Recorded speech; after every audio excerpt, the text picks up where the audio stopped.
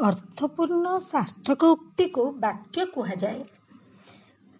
ଏହି ବାକ୍ୟ ଗୁଡ଼ିକ ଏକ ପଦ ବିଶିଷ୍ଟ ବା ବହୁପଦ ବିଶିଷ୍ଟ ହେଇପାରେ। ଉଦାହରଣ ସ୍ୱରୂପ ଖାଇଦେ। ଖାଇଦେରେ ସମ୍ପୂର୍ଣ୍ଣ ଭାବରେ ଅର୍ଥଟି ପ୍ରକାଶିତ ହେଉଛି, ମାତ୍ର ଏହା ଏକ ପଦ ବିଶିଷ୍ଟ ଉକ୍ତିଟିଏ। ତେଣୁ ଏହା ଗୋଟିଏ ପ୍ରକାର ବାକ୍ୟ। ମନେକର ଆମେ ଆଉ ଗୋଟିଏ ବାକ୍ୟ ନେବା, ଯେମିତି ଲୋକଟି ଗୋଟିଏ ଲମ୍ବା ଆଙ୍କୁଡ଼ିରେ ଫଳ ଗୁଡ଼ିକୁ ତୋଳିଲା। ଏହା ମଧ୍ୟ ଏକ ସାର୍ଥକ ଉକ୍ତି, ଭାବ ପ୍ରକାଶ କରିବାରେ ସମର୍ଥ ବାକ୍ୟଟିଏ, କିନ୍ତୁ ଏଥିରେ ମୁଁ 7ଟି ରହିଛି ପଦ। ତାହେଲେ ଆମେ ଦେଖିଲେ ଭାବ ପ୍ରକାଶ କରିବା ପାଇଁ ଏଇ ଯେଉଁ ଉକ୍ତି ଗୁଡ଼ିକ ବାକ୍ୟରେ ବ୍ୟବହୃତ ହୋଇଛି ବା ଯେଉଁ ଉକ୍ତି ଗୁଡ଼ିକ ବାକ୍ୟ ଭାବରେ ମାନ୍ୟତା ପାଇଛି, ସେଗୁଡ଼ିକରେ ଏକ ବା ଏକାଧିକ ପଦର ସମାହାର ହେଇପାରେ। ବା ଅନ୍ୟ ଭାବରେ କହିଲେ ବାକ୍ୟର ପ୍ରତ୍ୟେକଟି ଅଂଶକୁ ଆମେ ପଦ ବୋଲି କହିଥାଉ। ଏହି ପଦ ଗୁଡ଼ିକ ବିଶେଷ୍ୟ, ବିଶେଷଣ, ସର୍ବନାମ, ଅବ୍ୟୟ ବା କ୍ରିୟାପଦ ହେଇପାରେ। ଏଇ ଯେଉଁ 5ଟି ପଦମାନଙ୍କର କଥା କହିଲେ, ସେଇ ପଦମାନଙ୍କ ଭିତରୁ କ୍ରିୟାପଦକୁ ଛାଡ଼ିଦେଲେ ବିଶେଷଣ, ବିଶେଷ୍ୟ, ସର୍ବନାମ ଏବଂ ଅବ୍ୟୟ ଏ ସବୁଯାକ ପଦର କିଭଳି ସୃଷ୍ଟି ହେଇଥାଏ ନା, ବାକ୍ୟଟି କହିଲେ ତାକୁ ଉଦାହରଣ ସ୍ୱରୂପ ନେବା। ଲୋକଟି ଲମ୍ବା ଆଙ୍କୁଡ଼ିରେ ଉଚ୍ଚ ଗଛରୁ ଫଳ ଗୁଡ଼ିଏ ତୋଳିଲା। ଏଥିରେ ତୋଳିବାଟା ହେଲା କ୍ରିୟାପଦ। ତା ବ୍ୟତୀତ ଲୋକଟି ଲମ୍ବା ଆଙ୍କୁଡ଼ିରେ ଉଚ୍ଚ ଗଛରୁ ଫଳ ଗୁଡ଼ିଏ ଇତ୍ୟାଦି 6ଟି ପଦ ରହିଛି, ଯେଉଁଥିରେ କି ଲୋକ ସହିତ ଟି ମିଶି ଲୋକଟି, ଲମ୍ବା ଆଙ୍କୁଡ଼ି ସହିତ ରେ ମିଶି ଆଙ୍କୁଡ଼ିରେ, ଉଚ୍ଚ ଗଛ ସହିତ ରୁ ମିଶି ଗଛରୁ, ଫଳ ସହିତ ଗୁଡ଼ିଏ ମିଶି ଫଳ ଗୁଡ଼ିଏ ହୋଇ ପଦରେ ରୂପାନ୍ତରିତ ହୋଇଛି ଏବଂ ତାହା ତୋଳିଲା ସହିତ ସଂଯୁକ୍ତ ହୋଇ ଏକ ସାର୍ଥକ ବାକ୍ୟରେ ପରିଣତ ହୋଇଛି। ଅନ୍ୟ ଭାବରେ କହିଲେ ଏଇ ଯେଉଁ ଶବ୍ଦ ଗୁଡ଼ିକ ଯେତେବେଳେ ବିଭିନ୍ନ ପ୍ରତ୍ୟୟ ଯୁକ୍ତ ହୋଇ ଗୋଟିଏ ସାର୍ଥକ ଅର୍ଥ ବହନ କରନ୍ତି, ଗୋଟିଏ ସାର୍ଥକ ଉକ୍ତିର ଅଂଶ ବିଶେଷ ହୁଅନ୍ତି, ସେତେବେଳେ ଆମେ ତାହାକୁ ପଦ ବୋଲି କହିଥାଉ। ପୁନଶ୍ଚ ଏହି ପଦ ଗୁଡ଼ିକ ପ୍ରାତିପାଦକ ବା ମୂଳ ଶବ୍ଦ କିମ୍ବା ଧାତୁ ସହିତ ସଂଯୁକ୍ତ ହୋଇଥିବା ପ୍ରତ୍ୟୟ ମାନଙ୍କର ସମାହାର ହେଇପାରେ। ଏବଂ ଏଇ ଯେଉଁ ପ୍ରତ୍ୟୟ ଗୁଡ଼ିକ ରହିଛି ବା ମୂଳ ଶବ୍ଦ ଗୁଡ଼ିକ ସଂଯୁକ୍ତ ହେଇଥିବା ଏଇ ଯେଉଁ କ୍ଷୁଦ୍ର ଅଂଶତକ ରହିଛି, ସେଇ ଅଂଶକୁ କୁହାଯାଏ ପ୍ରତ୍ୟୟ।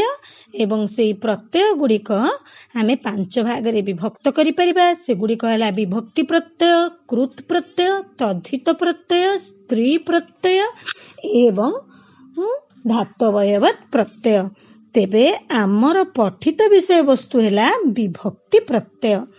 ତେଣୁ ଆମେ ବିଭକ୍ତି ପ୍ରତ୍ୟୟ ସମ୍ପର୍କରେ ସବିଶେଷ ଜାଣିବା। ବିଭକ୍ତି ପ୍ରତ୍ୟୟ ଶବ୍ଦ ଏବଂ ଧାତୁ ପରେ ବିଭିନ୍ନ ପ୍ରକାରର ପ୍ରତ୍ୟୟ ଯୋଗ କରାଯାଇ ପଦ ସୃଷ୍ଟି କରାଯାଇଥାଏ। ଶବ୍ଦ ହେଉ ବା ଧାତୁ ହେଉ, ତା ସହିତ ପ୍ରତ୍ୟୟ ଯୁକ୍ତ କରାଯାଇକି ତାକୁ ପଦରେ ପରିବର୍ତ୍ତିତ କରାଯାଏ ଏବଂ ପଦ ଗୁଡ଼ିକ ଅର୍ଥଯୁକ୍ତ ହୋଇ ବାକ୍ୟ ହୋଇଥାନ୍ତି। ଗୋଟିଏ ଉଦାହରଣ ନେବା। ଫଳ ଗୁଡ଼ିକ ଗଛରୁ ମାଟିରେ ପଡ଼ିଲା। ଏଥିରେ ମୋଟ 4ଟି ପଦ ରହିଛି। ଫଳ ଗୁଡ଼ିକ ଗଛରୁ ମାଟିରେ ପଡ଼ିଲା, ଯେଉଁଥିରେ କି ଫଳ ଶବ୍ଦ ସହିତ ଗୁଡ଼ିକ ପ୍ରତ୍ୟୟ, ଗଛ ଶବ୍ଦ ସହିତ ରୁ ପ୍ରତ୍ୟୟ, ମାଟି ସହିତ ରେ ପ୍ରତ୍ୟୟ ଏବଂ ପଡ଼ିଲା ଯେଉଁଠି ପଡ୍ ଧାତୁ ସହିତ ଇଲା ପ୍ରତ୍ୟୟ ଯୁକ୍ତ ହୋଇ ପଡ଼ିଲା ଶବ୍ଦଟି ସୃଷ୍ଟି ହୋଇଛି। ଏଇଭଳି ଭାବରେ ଗୁଡ଼ିକ, ରେ, ଦେଇ, ମାନଙ୍କ ଦ୍ୱାରା, ସହିତ ଇତ୍ୟାଦି ଯେଉଁ ପ୍ରତ୍ୟୟ ଗୁଡ଼ିକ ସଂଯୁକ୍ତ ହୋଇ ଶବ୍ଦକୁ ପଦରେ ପରିଣତ କରିଥାନ୍ତି, ଆମେ ତାହାକୁ ବିଭକ୍ତି ପ୍ରତ୍ୟୟ କହିଥାଉ। ଏଇଠି ପ୍ରଶ୍ନ ଉଠେ ଯେ ବେଳେ ବେଳେ କୌଣସି ପ୍ରତ୍ୟୟ ବା ବିଭକ୍ତି ପ୍ରତ୍ୟୟ ନଥାଇ ମଧ୍ୟ ବାକ୍ୟ ହୋଇପାରେ। ଉଦାହରଣ ସ୍ୱରୂପ ପିଲା କ୍ଷୀର ପିଉଛି। ଏଇଠି ପିଲା, କ୍ଷୀର ଏବଂ ପିଉଛିରେ କୌଣସି ପ୍ରକାରର ପିଲା ଏବଂ କ୍ଷୀରରେ ପ୍ରତ୍ୟୟ ଯୁକ୍ତ ହୋଇ ନାହିଁ। ତେଣୁ ଏଇଭଳି ଭାବରେ ଆମେ ଦେଖିଲେ ବାକ୍ୟ ମଧ୍ୟରେ ଥିବା ଯେଉଁ ପଦଗୁଡ଼ିକ ବିଭକ୍ତି ଯୁକ୍ତ ହୋଇପାରନ୍ତି ବା ସେଇ ବିଭକ୍ତି ପ୍ରତ୍ୟୟ ନଥାଇ ମଧ୍ୟ ପଦରେ ପରିବର୍ତ୍ତିତ ହୋଇପାରନ୍ତି। ସାଧାରଣତଃ ଏଇଠି ମନେ ରଖିଥାଅ ଯେ ପ୍ରଥମା ଏବଂ ଦ୍ୱିତୀୟ ବିଭକ୍ତି ଏକବଚନରେ କୌଣସି ବିଭକ୍ତି ଚିହ୍ନ ନଥାଇ ମଧ୍ୟ କ୍ରିୟା ସହିତ ଅନ୍ୱୟ ହୋଇକି ତାହା ବା କ୍ରିୟା ସହିତ ଅନ୍ୟ ହେଇଥାନ୍ତି, କିନ୍ତୁ ସେ ବିଭକ୍ତି ପ୍ରତ୍ୟୟଟି ଉହ୍ୟ ରହିଥାଏ ଏବଂ ତାହା ଉପସ୍ଥିତ ଥାଇ ବାକ୍ୟଟିକୁ ଗୋଟିଏ ସାର୍ଥକ ବାକ୍ୟରେ ପରିଣତ କରିଥାନ୍ତି। ତେଣୁ ପ୍ରତ୍ୟୟ ସବୁବେଳେ ବାକ୍ୟ ଭିତରେ ଦେଖାଯିବା ଆବଶ୍ୟକ ନୁହେଁ। ବେଳେ ବେଳେ ଉହ୍ୟ ରହିକି ମଧ୍ୟ ପ୍ରତ୍ୟୟ ଗୁଡ଼ିକ ବାକ୍ୟ ଭିତରେ କାର୍ଯ୍ୟ କରିଥାନ୍ତି।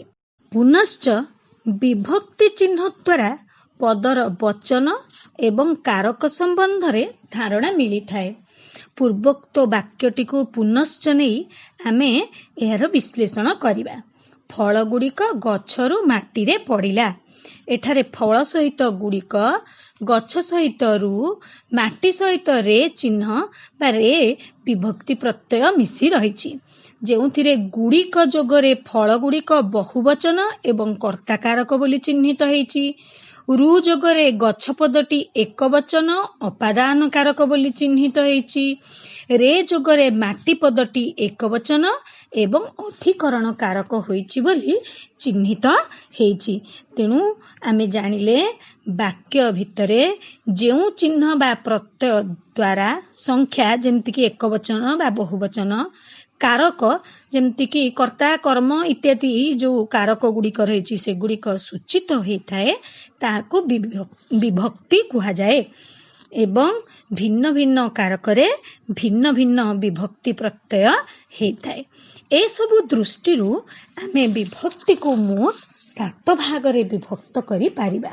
ସେଗୁଡ଼ିକ ହେଲା ପ୍ରଥମା ବିଭକ୍ତି, ଦ୍ୱିତୀୟା ବିଭକ୍ତି, ତୃତୀୟା ବିଭକ୍ତି, ଚତୁର୍ଥୀ ବିଭକ୍ତି, ପଞ୍ଚମୀ ବିଭକ୍ତି, ଷଷ୍ଠୀ ବିଭକ୍ତି ଏବଂ ସପ୍ତମୀ ବିଭକ୍ତି। ଏବଂ ଏଇ ଯେଉଁ ବିଭକ୍ତି ଚିହ୍ନ ଗୁଡ଼ିକ ରହିଛି ତାହାକୁ ଆମେ ଏକବଚନ ଏବଂ ବହୁବଚନ ଭେଦରେ 2 ଭାଗରେ ଆଲୋଚନା କରିପାରିବା। ବା ଯେମିତି ପ୍ରଥମା ବିଭକ୍ତି ଏକବଚନର ଚିହ୍ନ ହେଲା ଟା, ଟି, ଟାଏ, ଟିଏ ଏବଂ ବହୁବଚନର ଚିହ୍ନ ହେଲା ଏ, ମାନ, ମାନେ, ଗୁଡ଼ିଏ, ଗୁଡ଼ାକ, ଗୁଡ଼ିକ ଇତ୍ୟାଦି। ଦ୍ୱିତୀୟ ବିଭକ୍ତି ଏକବଚନର ଚିହ୍ନ ହେଲା କୁ, କି, ଙ୍କୁ ଏବଂ ବହୁବଚନ ଚିହ୍ନ ହେଲା ଙ୍କୁ, ମାନଙ୍କୁ, ଗୁଡ଼ିକୁ, ଗୁଡ଼ାକୁ। ତୃତୀୟ ବିଭକ୍ତି ଏକବଚନ ହେଲା ରେ, ଦ୍ୱାରା, ଦେଇ, କର୍ତ୍ତୃକ ଏବଂ ତୃତୀୟ ବିଭକ୍ତି ବହୁବଚନ ହେଲା ମାନଙ୍କରେ, ମାନଙ୍କ ଦ୍ୱାରା, ମାନଙ୍କ ଦେଇ, ମାନଙ୍କ କର୍ତ୍ତୃକ। ଚତୁର୍ଥୀ ବିଭକ୍ତି ଏକବଚନ ହେଲା କୁ, ଙ୍କୁ, କି ଏବଂ ଚତୁର୍ଥୀ ବିଭକ୍ତି ବହୁବଚନ ହେଲା ଙ୍କୁ, ମାନଙ୍କୁ, ଗୁଡ଼ିକୁ, ଗୁଡ଼ାକୁ।